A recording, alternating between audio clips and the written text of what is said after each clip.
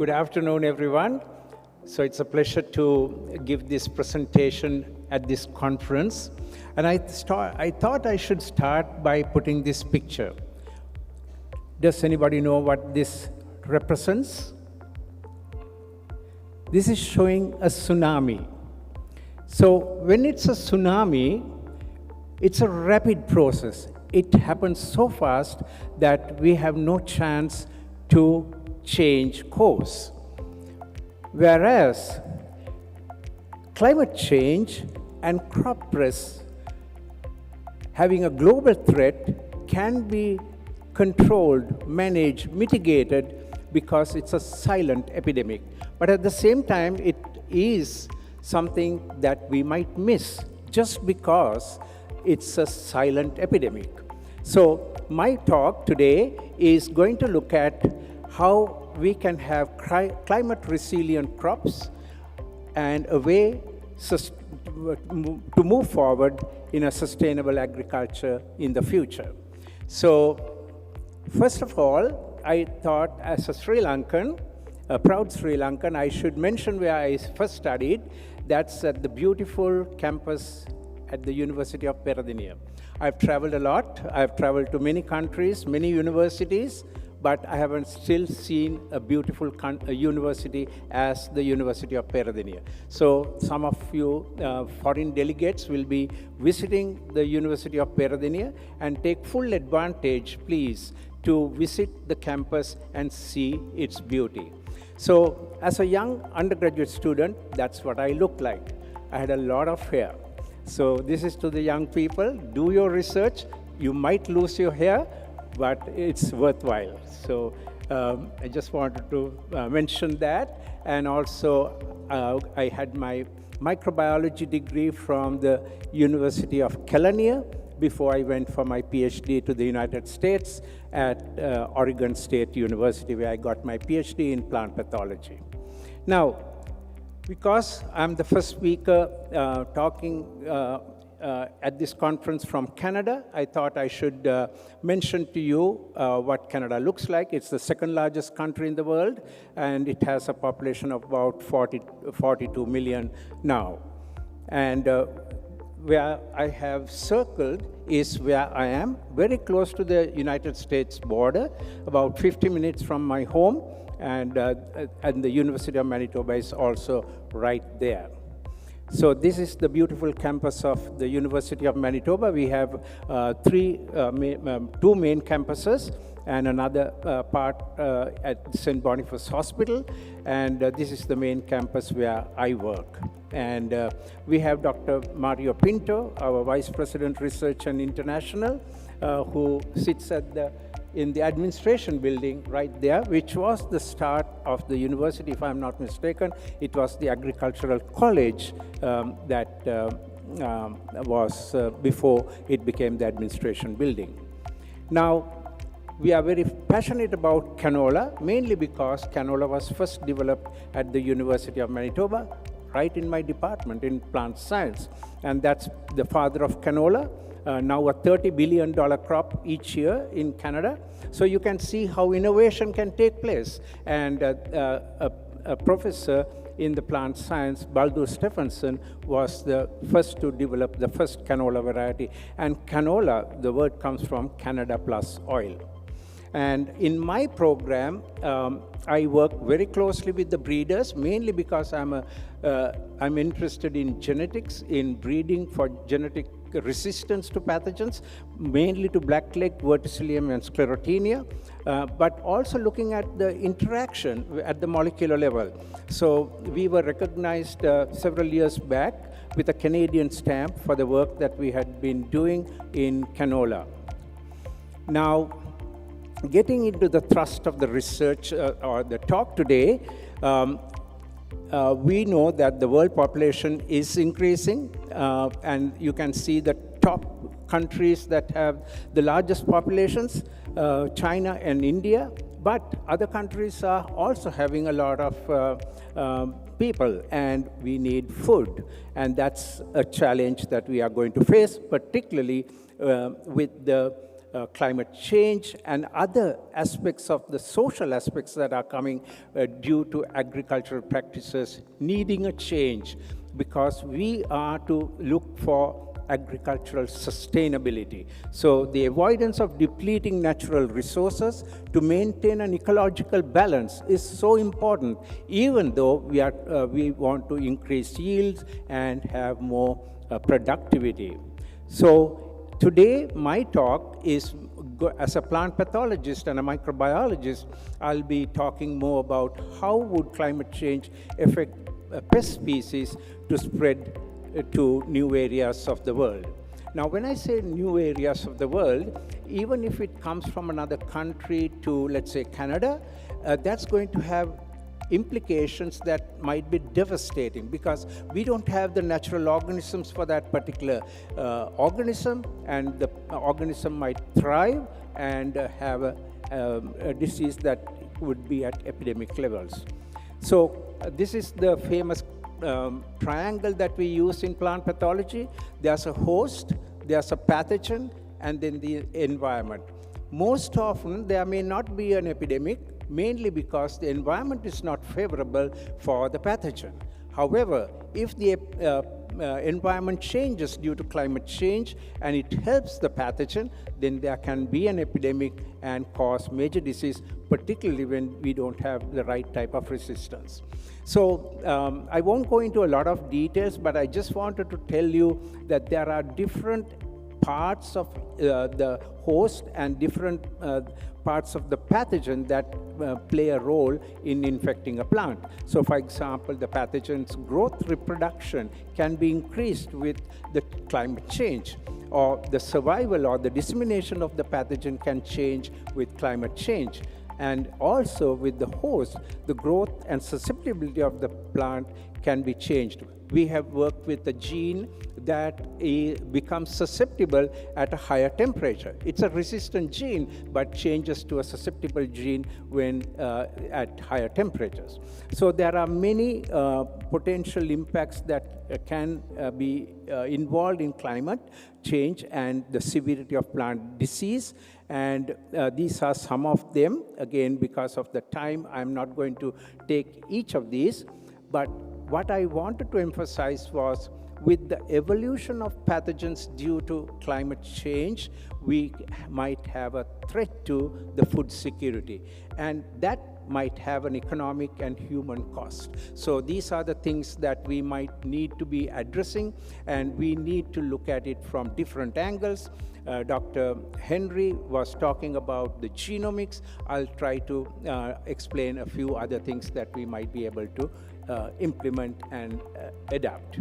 So climate change affects the diseases by rate increase of the multiplication, spore germination rates, survival and vigor of the spores can be changed. The distance and dispersal of the inoculum from one place to another can change because of climate change, and the change in temperature can favor the development of inactive diseases. I will give you examples as I go along to show how each of these can be seen that is happening right now in Canada. So impact of climate change has many facets, and I will be talking more about the shifts in pest and disease pressure. Now, looking at the big picture, with climate change, there is a lot of things that might happen to the plants, to the animals, and to the human. But we sometimes ignore the microbes in the soil, the microbes in the gut system that play a pivotal role in all what is happening every second. So in a soil system, the microbiome plays a major role. There are many healthy bacteria and other organisms that play a pivotal role in increasing yield, increasing the health of the plant. So those can change due to the climate change. If it is changing for the better, that's great, but most often it may not. Now, there are many global, reasons for the impact on climate change having an impact on plant pests. So these are some of the drivers, as you can see. And I will not go into detail, but I just wanted to show how some of these drivers will have an impact. Now, looking at the global changes in climate, land use, and agricultural practices, you can see over the years how things have changed and also how genetically modified crops have come into play. So these are all important to be taken into account when we take climate change as a discussion, because climate change doesn't particularly happen on its own. So there are many other implications, and those need to be taken into account. So I sit in the agricultural heartland of Canada. That's called the prairies. And I'm in Manitoba. Saskatchewan is much larger. That's where most of your paripu or lentils come from. I don't know whether you knew that. So most of the lentils, red lentils that are produced, that you consume in Sri Lanka, comes from Canada.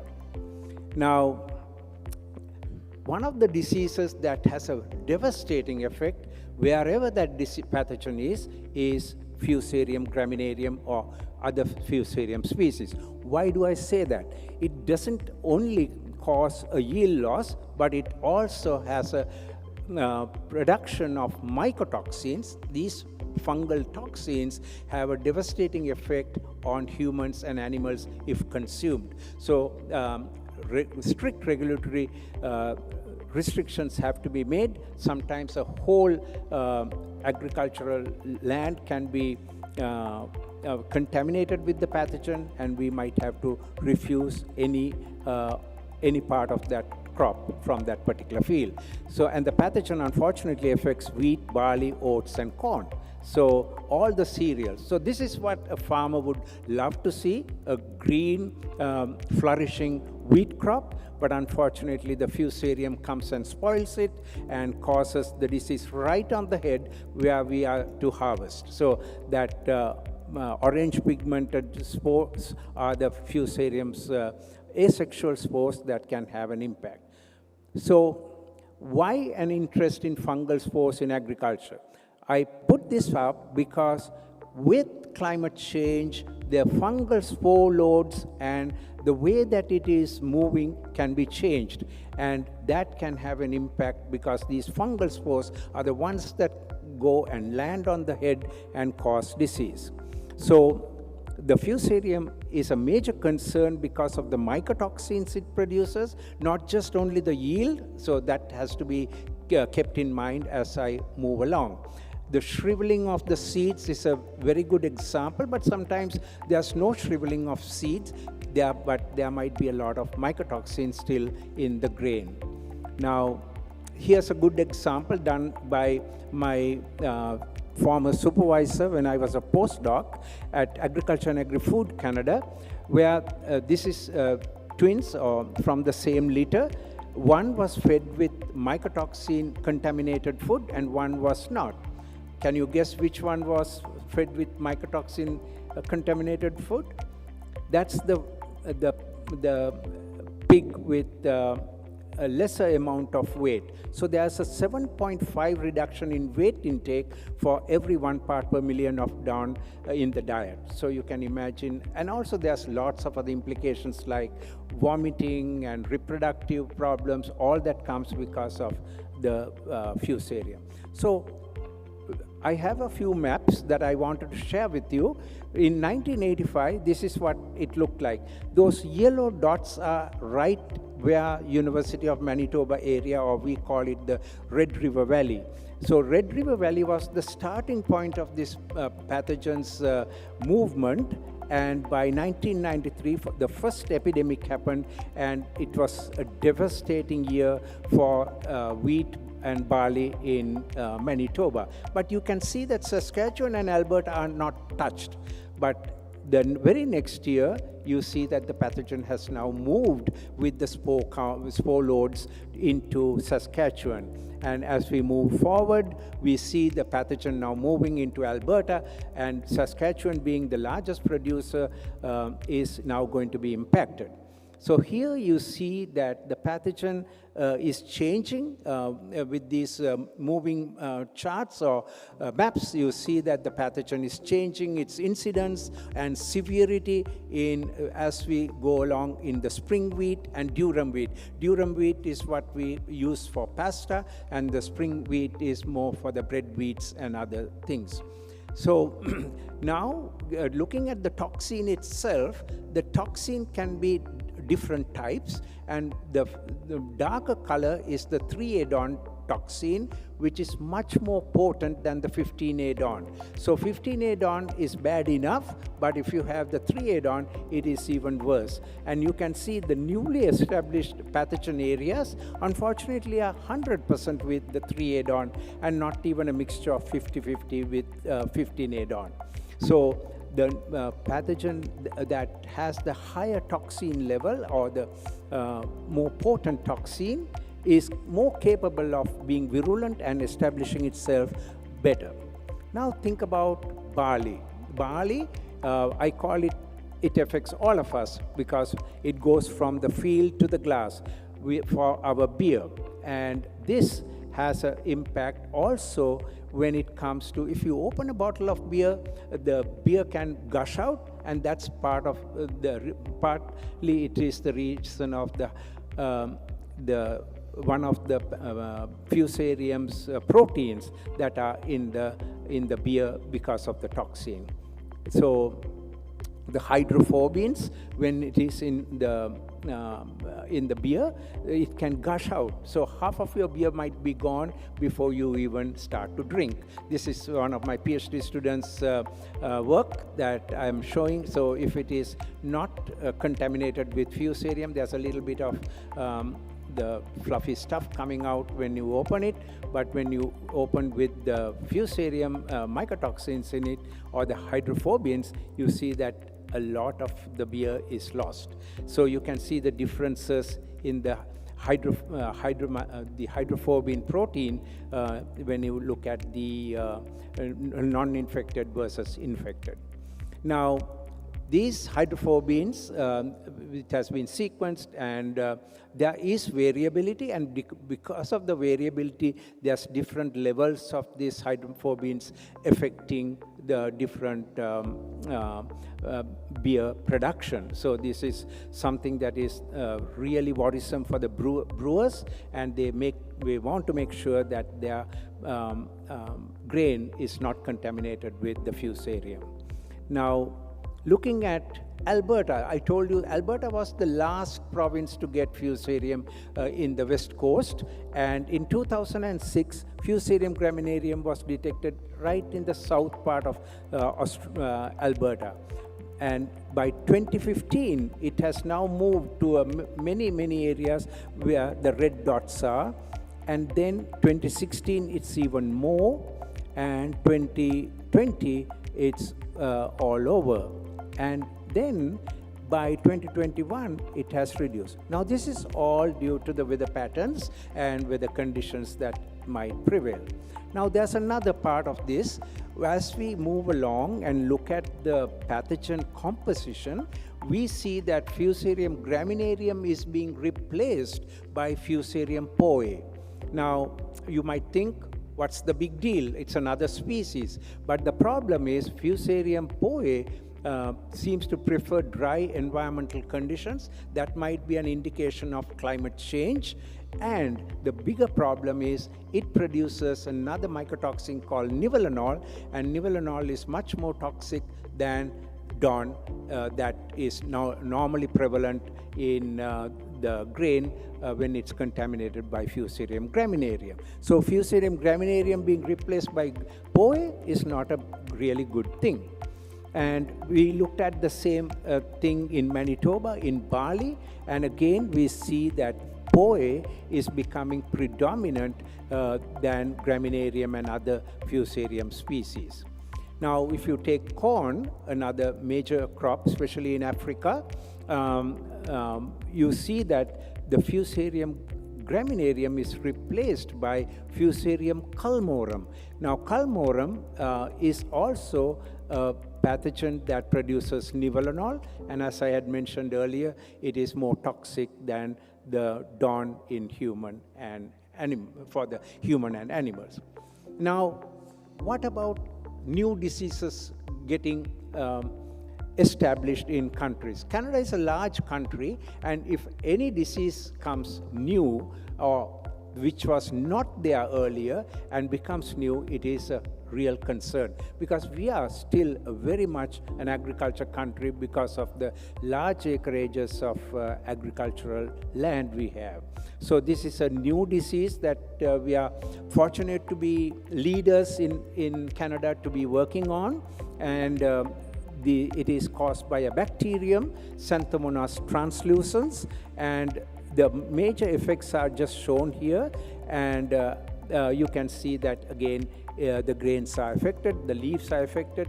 When it is affecting the flag leaf, there will be less photosynthesis and the whole plant will be affected. So the classical symptoms of the pathogen is water soaking. So we are studying the water soaking gene, what is happening, and we are using CRISPR to knock out and see what will happen if we can knock it out. So the unfortunately, at this point, Canadian wheat genotypes are all susceptible to this new pathogen. So it is a little bit of a scary moment that we don't have resistance. So there has to be some good research done to make sure that we have some resistance in the near future. Now, this is the disease that you will see at the end in the season. So there's lots to be done because we don't know much about the disease. Identification and favorable conditions have to be understood. Again, whether there is some relevance to the climate change, the prevalence and the yield losses. What is the real yield loss to this? How does the pathogen survive? And most importantly, is it emerging due to climate change? So this is something that we are very much interested in working on, and importance of host resistance to bring about sustainable agricultural disease management strategies. Another new disease in canola, verticillium stripe disease. This was the first report in North America, and it happened in Manitoba. Again, it's good for a researcher when something happens like that, and if you are interested, you can get involved and do the host pathogen interactions. And this particular pathogen produces these microsclerotia that can live in the soil for many, many years. Those black dots are the microsclerotia. And you can easily see the plants that did not have any pathogen grows well and tall, whereas the plants that were infected by verticillium longisporum are very short. So the pathogen has a huge impact in the growth and possibly on the hormone distribution for the growth. Again, bad news, most of the canola genotypes, or if I may say, all of the canola genotypes do not have any type of resistance. There is moderate susceptibility, but not any type of resistance. So these are, there's another important thing that is happening. We just discovered this last year.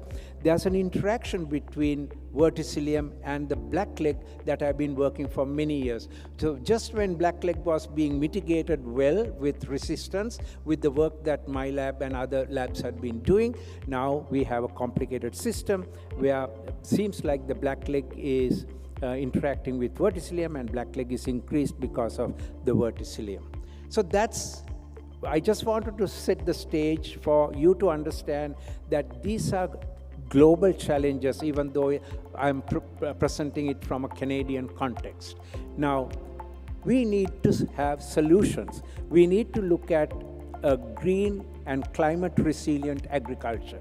That's the way to move forward. To do that building of resilience and fighting climate crisis, there are many steps that you can take. Dr. Henry gave us some ideas about genomics being used. I will try to give a few others that might be helpful for you to understand. So climate resilient crops have to be built, and there's many facets that go into that. I won't be going into all these details, but why develop a climate resilient crop? Because we need economic stability, we need food security, we need reduced environmental impacts like putting fungicides or any other chemicals. We have to manage the water and also empower the farmer. So things that we can do in two types of principles: adaptation, again Dr. Henry addressed this very well, and also mitigation. So we will be looking at this as we move along. Now, new technologies has to be embraced and to be looked at how they can be used in our research on climate change. So in my lab, we are working with artificial intelligence or machine learning, and with microbial communities, or what we call syncoms, and gene editing, and that is CRISPR. Now, artificial intelligence is a good example of what Dr. Saman Senevira's talk mentioned. Looking for QTLs, looking for traits that are of interest, and we are using that in large-scale jivas or large-scale populations of wheat, barley, to identify resistance genes that will work, and likewise we can look for resilience to certain QTLs that might be resilient to temperatures so that the plant can grow well. And the CRISPR gene editing is something that we are using both on the pathogen side and on the host side, which is really important, not only to understand the host pathogen interaction, but also find methods of cure. Now, here's an example in my lab that we did. We used gene editing to improve disease resistance in canola to blackleg. So the top one is without any gene editing, and you can see the amount of disease, and the two bottom ones are the gene that is responsible has been edited, and you can see that we are getting very clean stems without the blackleg pathogen. Now, I also mentioned about the microbiome. Microbiome, just like when we think about our gut microbiome, the plant microbiome has billions and billions of bacteria and other organisms like fungi, viruses, and protists. But what I will be concentrating mostly on is bacteria, because I firmly believe that that has a major role to play in any ecosystem. So again, I think Dr. Saman Senevira mentioned that our Sri Lanka is a natural lab, and I fully agree. I was invited to write an editorial for the Ceylon Journal of Science, and I called it Microbiome Connecting Ecosystems. And as a tropical nation, Sri Lanka may offer the most luxurious or unique microbiomes in any ecosystem, and would allow young researchers, I met a lot of young researchers today, to delve into the modern techniques available. Metagenome sequencing, as Dr. Henry mentioned, qPCR, all omics methods, bioinformatics and machine learning, all can be brought in together to look for these kind of fantastic microbiomes and create jobs in biotechnology area and computer science and industry and academia. This evening at 5 p.m. I give another talk on how we can look at the industry side of developing technologies, and if you are available, I will be talking more into how creating jobs with biotechnology can happen. So the concept of synthetic microbial communities is an important step. And to do this, we have to look at not just single inoculants, but bring different inoculants that might support not plant growth alone, but also controlling pathogens, and mingle them together to get a syncom. The syncoms will help the plant not only to be increasing in yield, but also making it sustainable in controlling the disease. Now, to add to all that, we know that precision agriculture is now practiced in many places. AI on top of it will really help in understanding these AI-based syncoms and designing. So these are real good concepts for young researchers to take on, because you are computer savvy, and this might be something that you can do and really help countries like Sri Lanka.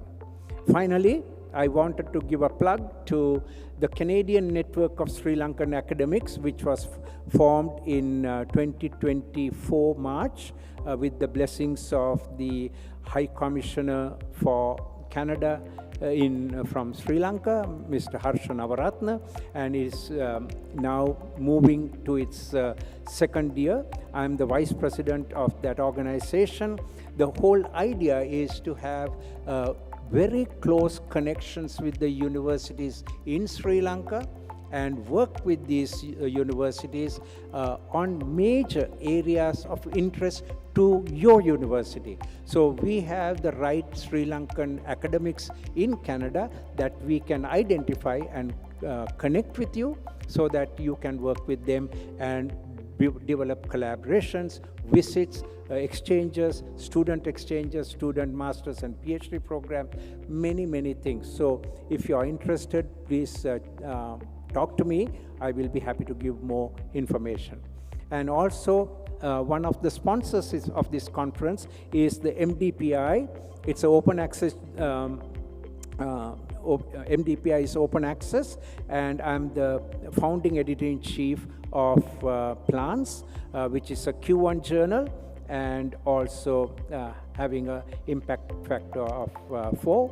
So you are very welcome to publish in this journal if you have any interest in any area of plants.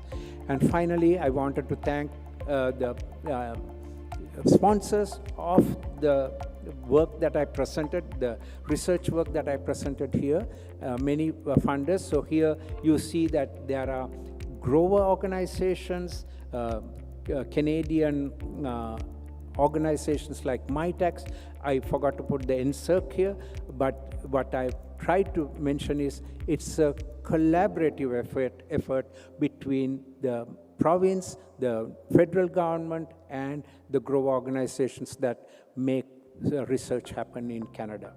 And that's my lab that you can see quite a few Sri Lankans there who have done some wonderful work that I've been able to present today. And my two sons seem to be saying that there's a future in research innovation in climate change research. So with that, thank you. Shushe.